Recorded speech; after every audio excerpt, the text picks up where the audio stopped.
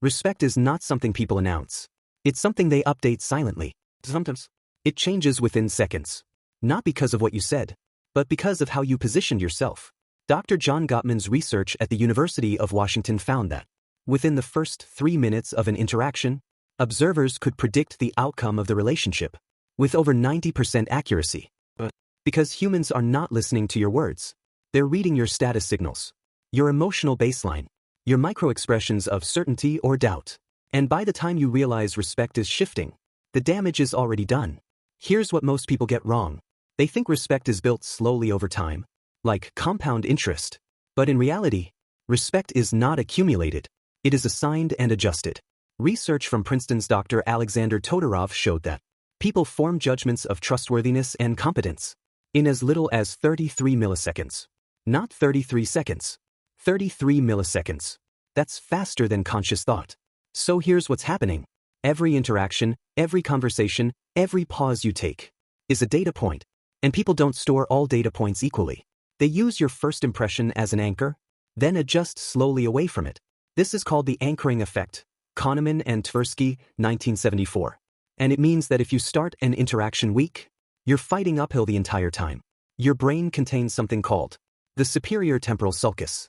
It's a region specifically designed to detect social hierarchy, status, dominance, submissiveness. It operates entirely unconsciously. When you meet someone, your brain asks 4 questions. In under a second. Can this person hurt me? Threat assessment. Is this person above or below me? Status placement. Can I trust this person? Reliability check. Does this person need something from me?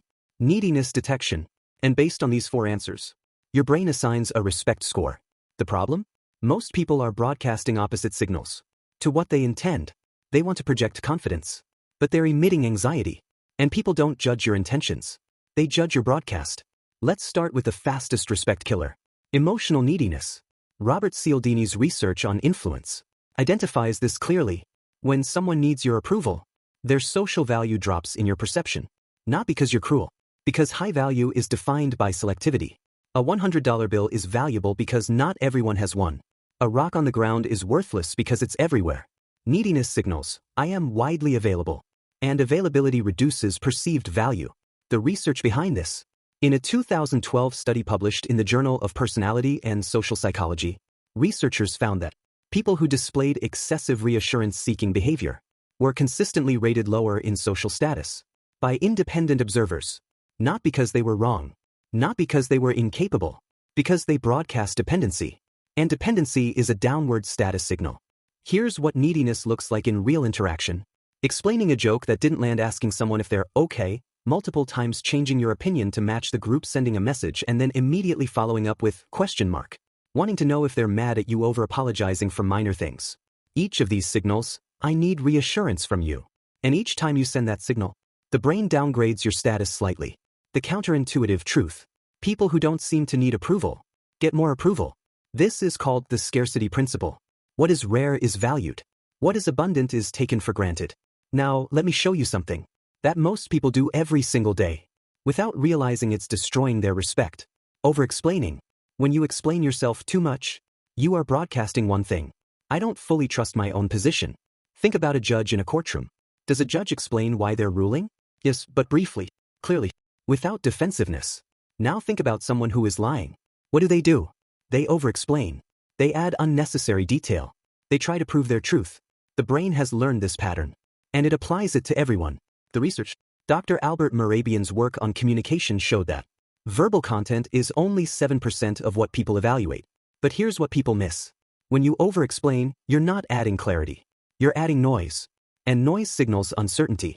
There's a concept in negotiation literature called the power of silence. When you state your position and stop talking, you create a vacuum. And people naturally assume that stillness equals confidence. But when you keep talking, keep justifying, keep clarifying, you create the impression that you're trying to convince yourself. The rule. If your explanation needs an explanation, you've already lost authority. Strong positions are stated simply. Weak positions are defended extensively. And the more you defend, the more it sounds like you're uncertain. Now, the third fastest respect killer. Emotional reactivity. In 2014, researchers at Harvard Business School studied how people perceive leaders under pressure. They found that Emotional stability was the single strongest predictor of whom was granted status in a group. Not IQ, not experience, not even results. Emotional stability. Because humans are tribal animals. And in a tribe, the most dangerous thing is an unstable leader. An unstable leader makes everyone unsafe. So, the brain scans constantly for signs of volatility. Quick anger over small things. Defensiveness when questioned. Panic when things go wrong. Emotional outbursts. Each of these signals, this person is not safe to follow. Here's what's happening biologically. When you react emotionally, your amygdala takes over. Your prefrontal cortex, rational brain, goes offline. Your cortisol spikes. Your voice changes. Your microexpressions shift. And people detect this instantly. They may not know what they're seeing, but they feel it. And they downgrade their trust in your stability. The more you try to control how people see you, the less control you have. Because trying equals neediness. And neediness equals low status. The person who remains calm, while everyone else panics, is the person who gains automatic authority.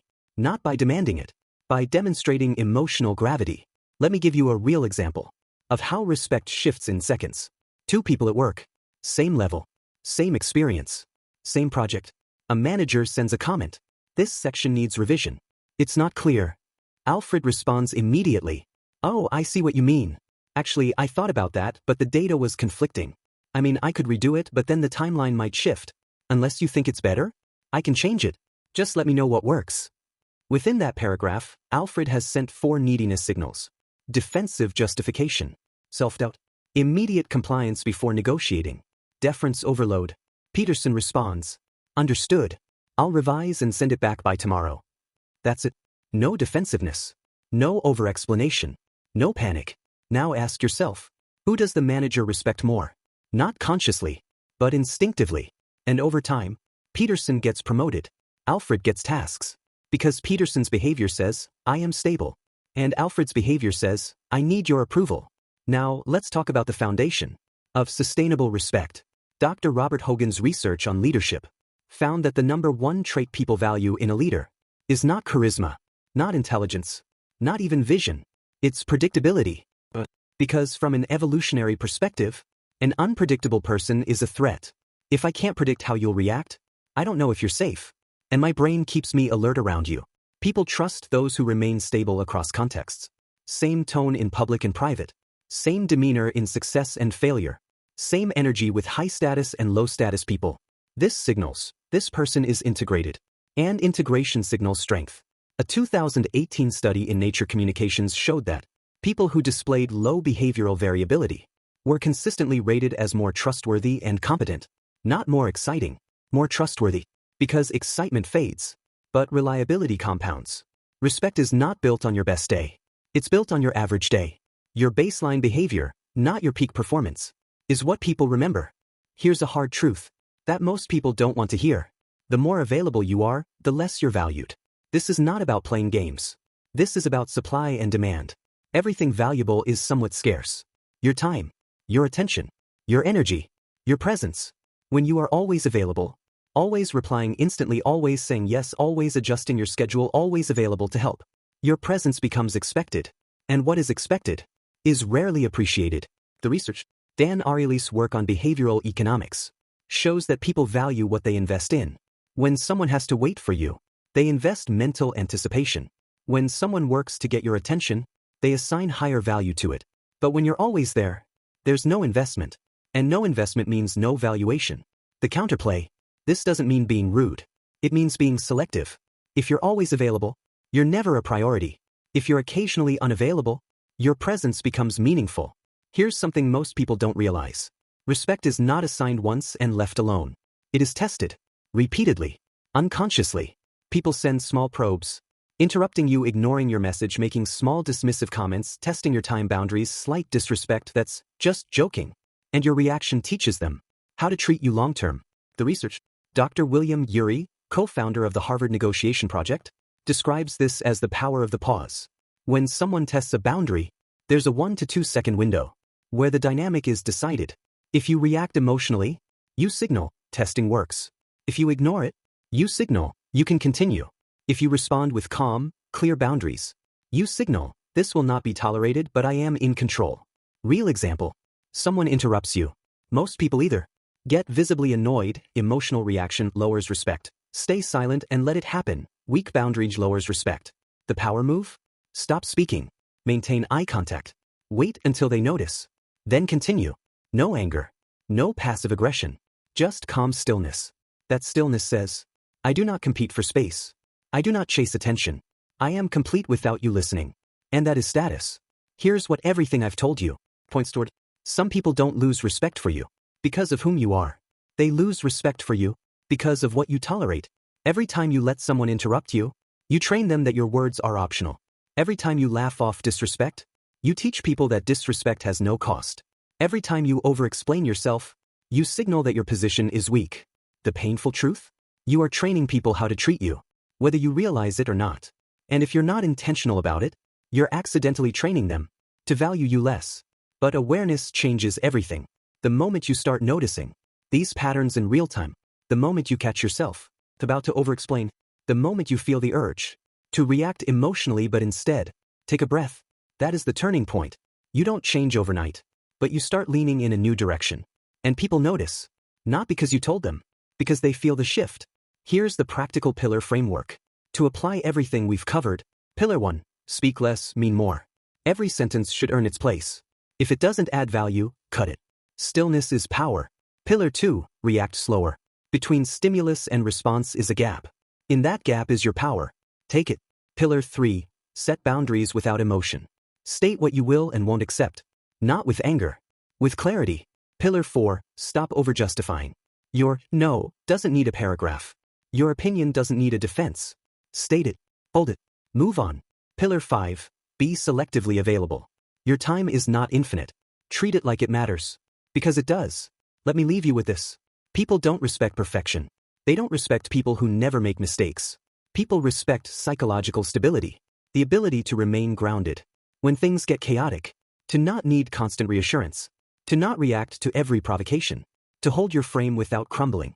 That is rare. And what is rare is respected. And once you understand how quickly respect is assigned and lost, you start seeing the world differently. You realize that most people are accidentally broadcasting weakness without knowing it. And you realize that a few small shifts in how you speak, react, and hold yourself can completely change how people perceive you. If this episode changed something in how you see this, watch episode 17. The Psychology of Status. Why some people command attention without trying. Because once you understand respect, you need to understand status. And that's where the real game begins.